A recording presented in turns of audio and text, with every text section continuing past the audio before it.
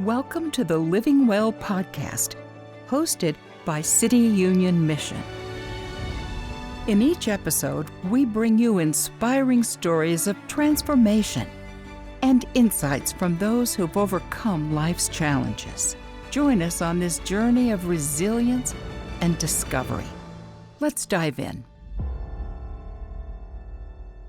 Hello and welcome to the Living Well podcast. I'm guest host Brad Burrow, and today we have Charity Gibbs, who is currently a hotline coordinator for City Union Mission. So we got to talk about this. I mean, that's you're the first person somebody talks to, right, when they call in? Yes. Yeah. So that's right. So I want to talk about that a little bit, and I've got a whole bunch of questions for you. But tell us a little bit about what your job is right now. Well, I work in the hotline, as we mentioned, the hotline booth, and I am responsible for answering the phones to all of the callers that are calling, like trying to get into the shelter, and I answer the phones for the homeless hotline. I also am in charge of if we were to have a fire, then I would be responsible for getting everyone evacuated out of the building. Wow. The alarm, so anything to do with like the alarms, we handle that. And we do a lot of just answering calls. So I get to talk to a lot of people that don't even make it into the shelter and provide them with resources to other places. Like if they're in domestic violence, then I would provide them a long list of resources for that. Or if they're needing to get help with substance abuse issues, and I can help them with that. Yeah. So are you kind of a detective? When people are calling in, you have questions that you're asking, and you've got to find out what's going on pretty quick, right? Yes. And also to keep the shelter safe, that kind of thing. So we do like a registered sex offender check on every person that's trying to get into the shelter. Oh, wow. And also a detective in the sense that I'm always trying to research things to help them with whatever they're going through. Yeah. So what does the typical conversation go like? Is it, probably never, ever the same, is it? Are they all different? I get some really crazy calls. Yeah. Like the typical conversation is, hi, I have nowhere to go. And it's always a different story to go with that. Like it could be my husband is abusing me, or sometimes I get really crazy calls that the person is not making sense. And they just tell me like witches are after me, and gosh. Just pretty far out there things. But for the most part, it's just, hey, I've run into some troubles in life and I don't have anywhere to go. Yeah. Does it feel good helping people like that? I bet you're the first voice they hear. Yeah, it really does. And I also use discernment from the Lord. Sometimes I'll offer to pray with them. Yeah. And I love it. How is that accepted? Do most people accept that? Yes. I don't think I've ever, when I really felt the urgency to say, can I pray with you? I can't remember one person ever saying no. Yeah. Yeah, that's pretty awesome. Yeah. Someday we'll know how much that really impacted people, right? That's pretty cool to be able to do that. And so people are telling you different things, and then you're kind of giving them advice, say, come on in, or you need to call this number, that type of thing. Yeah.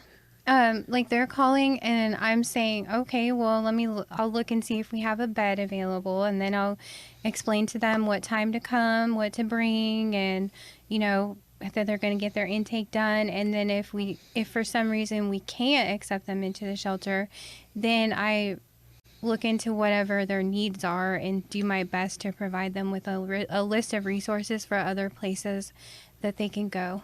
Yeah. It's very interesting. Okay. So that's cool. Let's go back to when you first, maybe share your testimony a little bit and how you first came across City Union Mission. Okay. So in 2006, I was 26 years old, and I found myself to be homeless through a series of events. Basically, my childhood. My parents were both addicts, and I'm an only child, so I grew up in a household of addiction, drug use, witchcraft. Wow. And just pure chaos. And I ended up in like a, on a bad path. And I ended up finding myself with some bad people. Long story short, I was stranded with some people. They were really bad murderers, sex traffickers that were, Oh my some of gosh. the people were talking about that they could sell me to, someone. And I had just come to the end of my rope. And I was, at the same time all this was going on, I was praying and talking to the Lord and telling him, I don't want to live like this anymore. I want out of this life. But I didn't see a way out. And so at some point we ended up down by where the City Union Mission Men's Center is. Mm-hmm. And I saw the 2 crosses on the building. Yeah. And everybody that was in the car with the people I was with, because everyone had been using drugs, and they all ended up passing out because everybody had been awake for quite a while. And I slipped out of the car, and I saw that building with the crosses on it, and I just went straight there. And I was sitting on the front steps, like waiting for someone to show up, because it was probably like 5 a.m. And I just had my head down, like I was broken. I was just an empty shell of a girl. And at that point, I had no idea what I was going to do. And somebody arrived and said, hi, can I help you? And I was like, yeah, I don't know. I don't even remember what I said, honestly, but Yeah. I know they could just see it all over me. And they brought me in, and they were so kind to me. And I remember they were so kind to me, and they didn't shun me away. That I remember saying, I wish you guys are so nice. I wish that I could work here someday. And I expected You remember saying that? Yes, I do. Wow. And I expected them to be like, oh, yeah, right, Yeah. And they said, well, maybe you could someday. And it really stood out to me from the things that I had been through in the life of trauma, and, not growing up with a Christian family, but having like an RLDS grandmother who, she was loving, and she also did believe in the Bible too, along with, Joseph Smith and the Book of Mormon, and some things that caused a lot of confusion.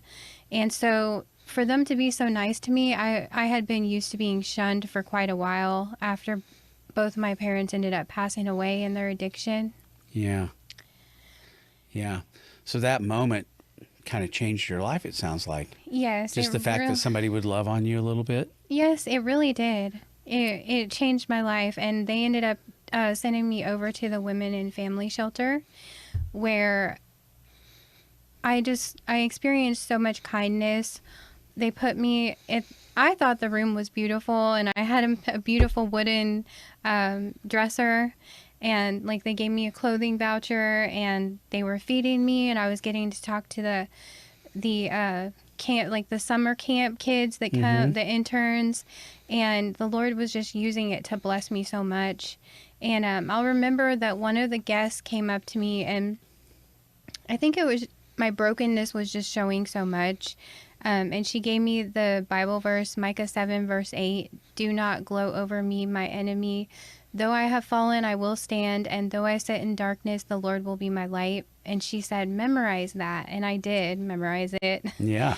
And yes, so my time there, it was like a springboard for me, because I ended up getting sober. And I just had 18 years sober on June 12th. Is that right? Yeah. Wow. Congratulations. That's amazing. Yeah. And Yeah. I ended up getting my whole life back. I had gotten a divorce from my husband. We remarried. I got my children back. Jesus just basically flipped my life upside down and gave me a beautiful life in place of what I had been experiencing. Do you think City Union Mission was the key element in all of that was kind of the turning point for you? I think God used it. I mean, obviously the Lord Jesus was the number one Right. factor, but he definitely used that place to really open my eyes. And that Yeah. was where my journey began. Yeah. Do you, one of the things that we've talked to on a couple other podcasts is about how love unlocks things. You know, it feels like that with you as well. Like the moment when that person said, how can I help you? You know, yeah, you could work here someday. I mean, speaking life into somebody. Do you think that's one of the reasons that City Union Mission is so successful in helping people turn their lives around?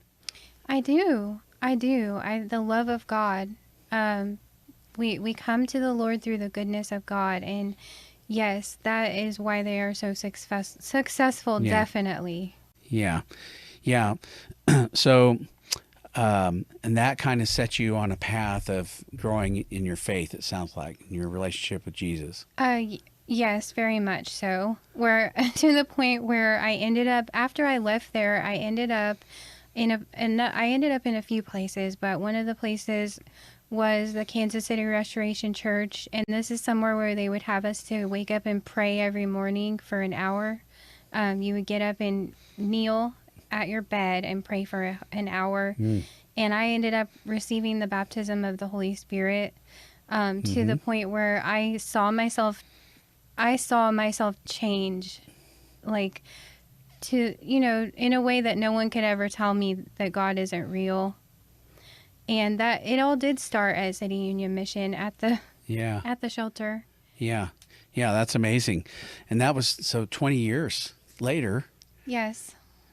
You know, you could work here someday, and here you are again.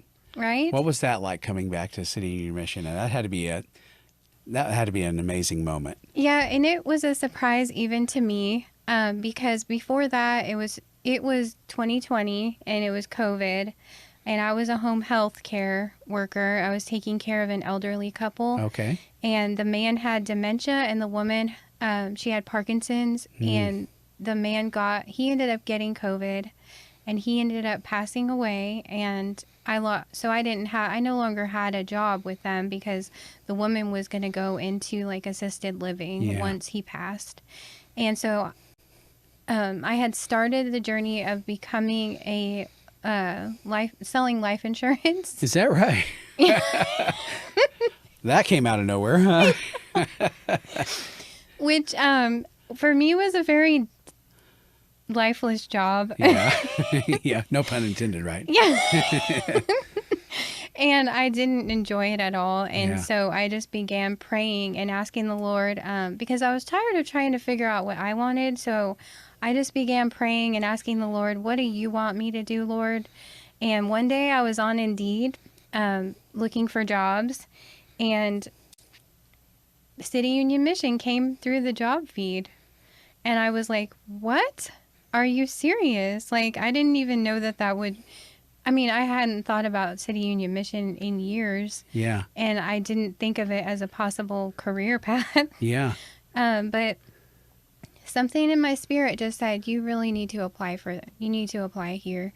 And it was funny because at the time, the only thing that was coming up was a position in security. And I was thinking...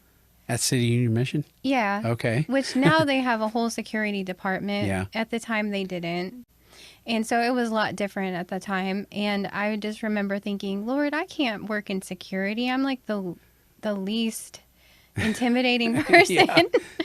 And I applied and I got the job. In security?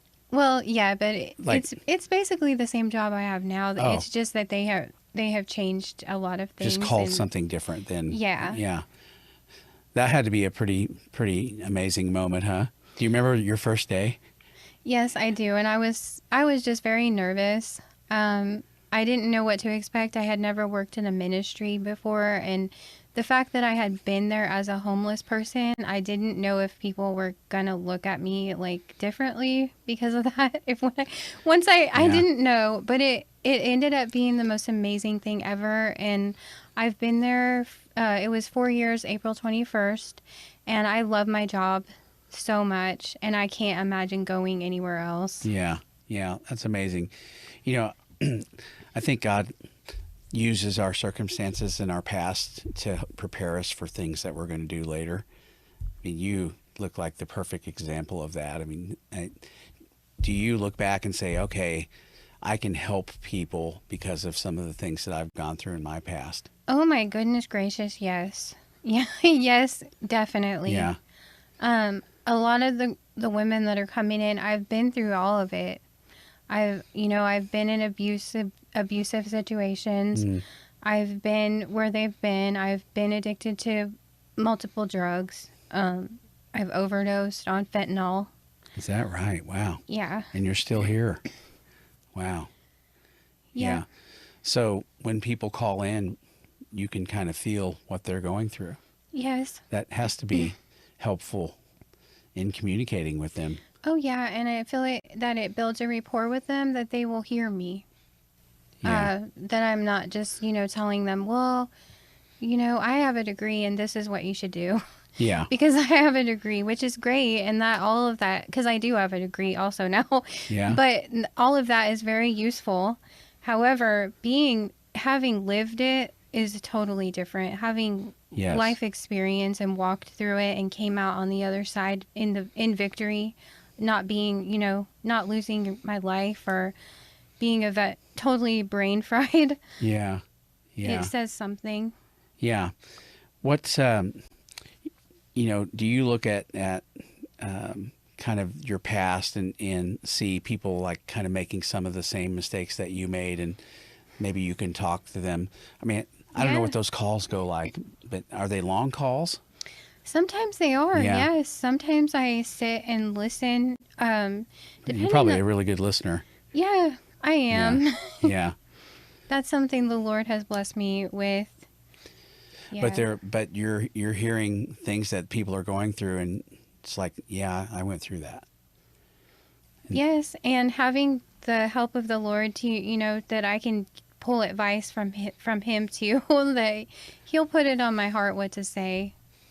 And you never know, I might not see that person transform, but I'm planting a seed. Yeah. And who knows who's going to come along and water that seed? Who knows who the next person God is going to send in their path? Right. Because sometimes people can fall down and fall down and fall down and relapse. And then everybody's saying, oh, they're not going to get it. But the Lord, those are the ones the Lord wants to show his power through. So you've probably seen some people that have come in and maybe got into the long-term, the program, and from there graduated. Yes. That's got to be a pretty good feeling, right? And not everybody, obviously, but the ones that have actually committed to the program and really had their lives changed and graduated and moved on. You were the first person. Have you experienced that? Yes, yeah, definitely. And I love that so much. That's the biggest blessing ever, to see that light come on in their eyes, and to see them go from desperation and despair and sadness and brokenness to, feeling that they are loved and cared about, and realizing that they're a child of God and that he does have a plan for their life. Yeah. And that they're not just some unimportant piece of garbage, Right. Because they come in feeling like that. Yeah, and that probably feels good, seeing the graduations, huh? I mean, that's a really cool thing. Yes, definitely. Yeah, and being you're, I don't know, I just think it's so cool that you're the first person, one of the first people that people are actually speaking with, and being that maybe the first sign of hope they've had in who knows how long. Yes. That's a big responsibility. It is. Yeah. Do you feel that? I do. And especially on days where maybe you've dealt with so many rude people, that you have to get back realigned, On every call, probably. Huh? That's not easy. Yeah. And not get hardened, Yeah.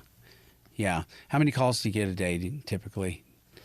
On the busiest day, a couple hundred calls on a very busy day. Thankfully, not all days are like that. There, a few get thrown in there where the phone doesn't ring, which we are thankful for that. Yeah. Yeah. And is it mostly on days when it's hot, really hot, or really cold, something like that? Yes. When the heat is really, really high, and especially in the winter, though, we really get bombarded. But we have a lot of things in place to open up a lot of extra, When it's super cold outside, yeah. Yeah. Yeah. So what would you say to somebody that's maybe seeing the podcast and, they could support it, they could support City Union Mission, what would you say to them? I would say, please pray about that. And if the Lord puts it on your heart to help City Union Mission and to support the ministry, pray about that, because this is the Lord's work to help the lost and the broken. And I know that whoever does that, whoever would sow into this ministry, that God is going to reward them and bless them. Yeah. And they so many lives could be so greatly impacted. I'm a perfect example. 20 years later, I'm now thriving in life, loving Jesus, having my marriage. My children are doing great. They're not walking in addiction. They're not walking, You broke the cycle. The cycle is broken. Yeah. And we could do that for thousands of people, because it's not even just the person coming into the mission. It's their mother, it's their children, it's their children's children, it's their husband.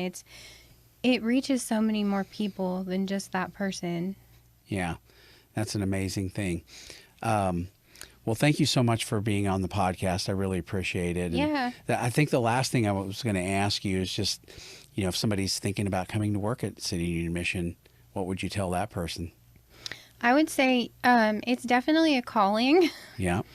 And if someone is feeling that call from the Lord, answer it. I love my job. It's the biggest blessing to be able to go to work somewhere where it's not just for monetary value. It's eternal value. Yeah.